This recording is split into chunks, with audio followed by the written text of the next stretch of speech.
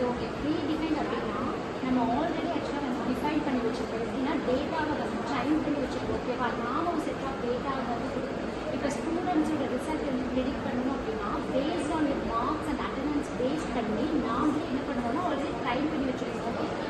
இப்போ மார்க்ஸ் எப்படி ஒரு ஸ்டூடெண்ட் ஏ அப்படி இருக்கா அப்படின்னா இவனோட மார்க் வந்து எப்படி இப்போ 85 இருக்குது இப்போ அட்டண்டன்ஸ் வந்து 90% இருக்கும்போது நம்ம என்ன பண்ணுவோம் ரிசல்ட் ப்ரெடிக்ட் பண்ணுவோம் பாஸ் அப்படின்னு சொல்லி ப்ரெடிக்ட் பண்ணிடுவோம்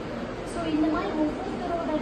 ஸ்டூடெண்ட்ஸோட டேட்டாவே மார்க் பேஸ் பண்ணியும் அட்டண்டன்ஸ் பேஸ் பண்ணியும் we have to predict result பாஸா இல்லை ஃபெயிலா அப்படின்னு சொல்லி ஆல்ரெடி நம்ம டேட்டாவை வந்து ட்ரைன் பண்ணி வச்சுருக்கிறதா that is means predefine data sets okay so இதை பேஸ் பண்ணி தான் இப்போ நியூ டேட்டாக்கு ஏதாவது வந்து ஆட் ஆகும்போது